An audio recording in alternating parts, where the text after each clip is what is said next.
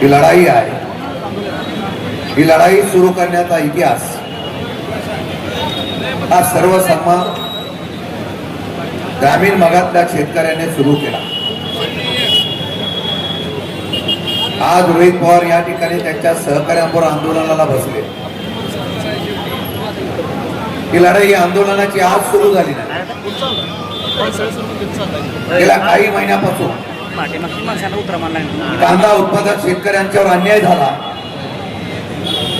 देशात आणि राज्यात सांगितलं गेलं की विरोधी पक्ष कुठं आहे. विरोधी पक्षाचे अनेक पक्ष फोडले गेले, पण जे राहिले ते सत्तेच्या विरोधात लोकांच्या कल्याणासाठी आणि हितासाठी लढण्यासाठी राहिले. गेल्या काही दिवसापासून महाराष्ट्रातला कांदा उत्पादक शेतकरी अडचणीत आला आणि पहिला कोण या शेतकऱ्यांच्या हितासाठी रस्त्यावर उतरला असेल तर राष्ट्रवादी शरद पवार पक्षाचे कार्यकर्त्यांनी, रोहित पवार आणि आम्ही सगळे उतरलो. चांदवडला पहिलं आंदोलन झालं. हळूहळू ते आंदोलन पुढे पुढे यायला लागलं. मंचरला आंदोलन झालं. एवढंच नव्हे तर या राज्यामध्ये असलेल्या महागाईच्या संदर्भामध्ये गॅसची तुटवडा, डिझेलचा, पेट्रोलचा तुटवडा झाला. जनता त्रस्त झाली. पवार साहेब म्हटल्याप्रमाणे महागाईचा धक्का पंतप्रधान हळूहळू धक्के देत आहेत. सामान्य लोकांना झळ दिसू नये म्हणून अशा प्रकारची टप्प्याटप्प्याने महागाई वाढत गेली. नवी मुंबईच्या असलेल्या वेशीपर्यंत हे आंदोलन राष्ट्रवादी शरद पवार पक्षाच्या वतीने करण्यात आलं. रोहित पवार आणि त्यांच्या सहकार्यांना अनेक वेळा अटक करण्यात आली. लढाई होती. ही लढाई स्वार्थाची नव्हती. ही लढाई कोणीतरी आवाज उठवला पाहिजे त्या हिताची होती. काही लोकांनी त्याच्यावर टीका केली. मी त्यांच्यावर जास्त भाष्य करणार नाही. राज्यातली जनता त्यांना चांगली ओळखते. विरोधी पक्ष म्हणून ज्यावेळेला आंदोलन केलं जातं त्यावेळेला तुम्ही विरोधामध्ये होता. तेव्हा तुम्ही सरकारच्या विरोधात आंदोलन करत होता. त्याला आंदोलक जेव्हा येतात तेव्हा सरकारचं आणि त्यांच्या प्रतिनिधीचं कर्तव्य असतं की त्या आंदोलनाच्या बाबतीमध्ये गांभीर्याने दखल घ्यावी. मला दुःख एवढ्या गोष्टीचं आहे की परवानगी मागितलेली असताना सुद्धा या ठिकाणी मंडप टाकायला सुद्धा परवानगी दिली गेली नाही. आंदोलन दडपण्याच्या बाबतीमधला भूमिका घेतली जाते का अशा प्रकारचे चित्र या महाराष्ट्रामध्ये पाहायला मिळालं. आणि म्हणून शेवटी लोकांचा रेटा असतो.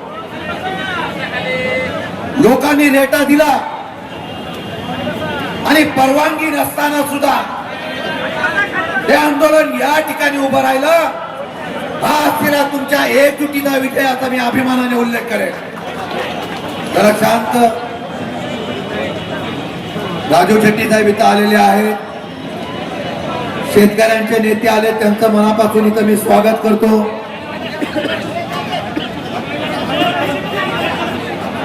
थांबू द्या. थांबून दे रे. थांबून द्या जरा. थांबून द्या.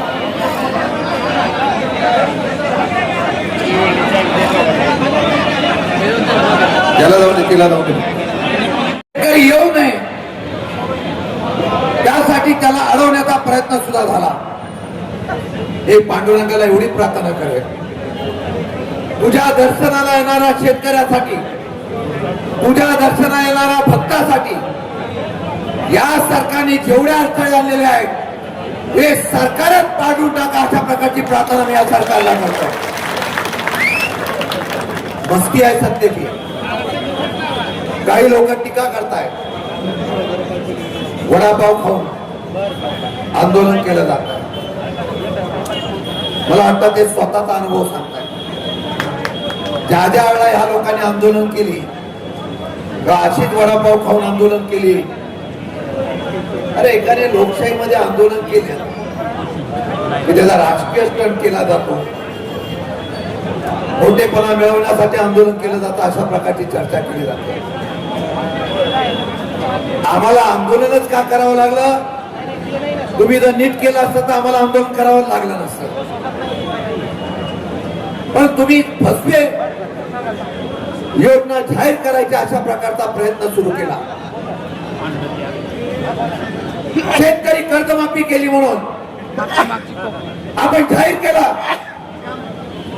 समोर असलेला किती शेतकरी, हे मगाशी आल्यानंतर बघत होतो, अनेक शेतकऱ्यांनी, अनेक ग्रामपंचायतींनी, अनेक संघटनांनी रोहित पवारांच्या आंदोलनाला पाठिंबा दिला. जर तुमची योजना योग्य होती तर या ठिकाणी अनेक लोकांनी पाठिंबा शेतकऱ्यांनी देण्याचा प्रयत्न का केला, याचा विचार या सरकारने करणं गरजेचं आहे. तुम्ही जी योजना केली, या योजनेमध्ये आपण सांगितलं की आम्ही शेतकऱ्यांचा सातबारा कोरा करू. एखादा तरी सातबारा कोरा झाला का? आपण जाहीरपणाने सांगावं, इतके सातबारा कोरे आम्ही केले. फक्त 2 लाख कर्जमाफी करण्याच्या बाबतीमध्ये घोषणा जाहीर केली. 2 लाख कर्जमाफी देताना सुद्धा रोहित पवारने सांगितल्याप्रमाणे अटी आणि शर्ती एवढ्या टाकलेल्या आहेत की त्यामध्ये जवळजवळ असलेला अडचणीतला शेतकरी हा लाभार्थी होऊ शकत नाही. अशा प्रकारचं तुम्ही काम केलेलं आहे. फक्त प्रसिद्धी एवढीच केली की आम्ही कर्जमाफी केली. मी आपल्याला या माध्यमातून एवढंच सांगतोय, फार मागण्या आमच्या नाही, मागण्या फार थोड्या आहेत. तुम्ही 2019ला 2024ला ज्या कर्जमाफी जाहीर केलेली आहे, शेतकऱ्यांची एवढीच अपेक्षा आहे, सरसकट सर्वांना 2 लाख रुपये देऊन टाका. 50,000 नियमित कर्ज भरणाऱ्याला, तो पण त्यांनी नियमित सलग कर्ज भरलेला आहे. कारण इतक्या अटी शर्ती योजना जाहीर करायची आणि चालण लावायची. मगाशी जयंत पाटील साहेब म्हणाले, जयंत पाटलांनी काय सांगितलं? जयंत पाटलांनी सांगितलं की लाडक्या बहिणी योजनेच्या बाबतीमध्ये जयंत पाटील साहेब 85 लाख लाडक्या बहिणीची योजनेमधली नावं रद्द करण्याचा सरकारने निर्णय घेतला. आणि काय सांगितलं की त्यांच्याकडून मागचे पैसे वसूल करणार नाही. आमचा त्याला विरोध नाही. आपण त्या लाडक्या बहिणींना देताना जो निकष लावला होता त्यातून कट करण्याचा प्रयत्न केलेला आहे. आमचं म्हणणं एवढंच आहे, ज्या शेतकऱ्यांना तुम्ही या ठिकाणी लाभार्थी ठेवलेला आहे त्या सरसकट शेतकऱ्यांची 2 लाख कर्जमाफी माफ करा, एवढीच मागणी आमच्या आंदोलनाच्या माध्यमातून आज आहे. मी दत्ता मामा भरणे यांच्या बोललो. खरं म्हणतं तर मामांनी स्वतः रोहित पवार आणि त्यांच्या सर्व सहकाऱ्यांशी चर्चा सातत्याने चालू ठेवलेली आहे. मामांच्या बद्दल माझं भूमिका चांगली आहे, पण कृषी मंत्री म्हणून पद हे मामा धोक्याचं आहे. जेवढे कृषी मंत्री झाले तेवढे गेले. कांद्याचं आंदोलन झालं, सरकार केंद्रात आणि राज्यात गडगडणार. मामा कदाचित तुमच्या खुर्चीला धोका करण्याचा विरोधक नव्हे तर तुमचे कोण प्रयत्न करतात का ते बघा. आणि ही जी योजना आहे तुम्ही मनापासून प्रयत्न करत असाल, आमचा तुम्हाला निश्चितपणाने पाठिंबा आहे. परंतु ते प्रयत्न करत असताना भरणे मामांना मी विनंती केलेली आहे की आपण मुख्यमंत्र्यांशी बोला. आम्हाला अजिबात वादामध्ये पडायचं नाही. काही लोकांना वाटतं हे आंदोलन केल्यानंतर ते मागण्या मान्य झाल्या तर त्याचा श्रेय विरोधकांना रोहित पवारला जाईल. माझी मामांना आणि मुख्यमंत्र्यांना विनंती आहे, मी आता मुख्यमंत्र्यांशी पण बोलतोय, मला माहिती आहे तर विचार करून राजकीय विचार बाजूला ठेवून या संदर्भातला निर्णय घेते. आम्हाला श्रेयवाद अजिबात नको. उलट आम्ही जाहीर करू की आमचं आंदोलन घेऊ सरकारने या ठिकाणी निर्णय घेतला आणि मुख्यमंत्र्यांनी चांगला निर्णय घेतला तर पांडुरंगाच्या अक्षेला हार घालून आम्ही त्यांचा सन्मान करू, कृषी मंत्र्यांचा सन्मान करू. पण कधीतरी गरिबांसाठी काम करा. काही लोकांनी सांगितलं सरकारवर एवढं कर्ज आहे, पैसे कुठून आणायचे.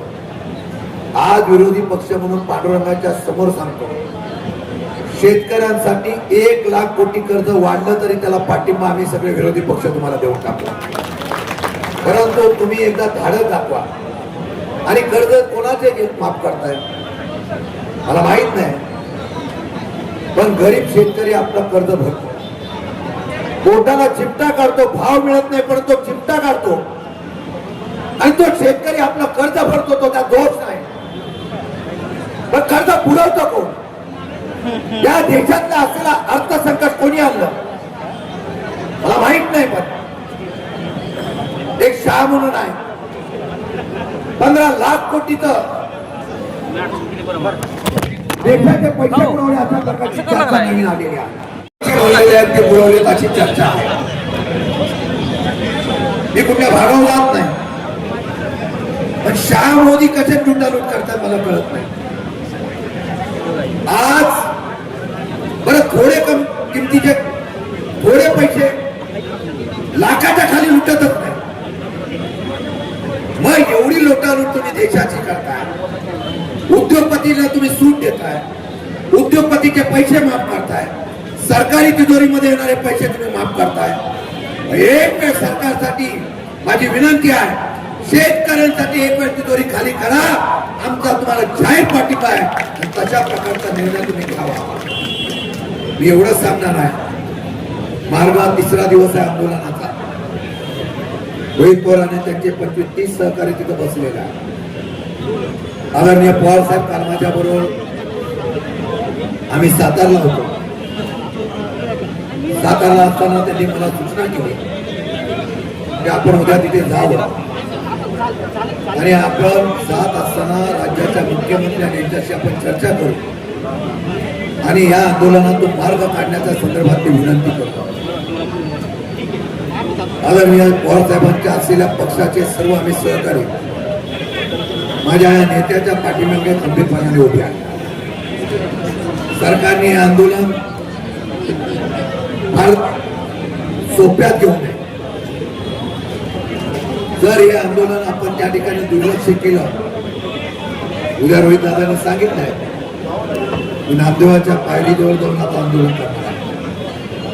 मी एवढंच सांगेन, जर या आंदोलनाला चिघळवण्याचा प्रयत्न जाणीवपूर्वक सरकारने केला तर महाराष्ट्र पेटून उठेल आणि रस्त्यावर राष्ट्रवादी शरद पवार उतरण्याचा राहणार नाही. हा विचाराने इथं घ्यायला आलेला आहे आणि म्हणून आजच्या ह्या पाठिंब्याला आपण सर्वजण मोठ्या संख्येने उपस्थित आहे. ही ताकद असतो.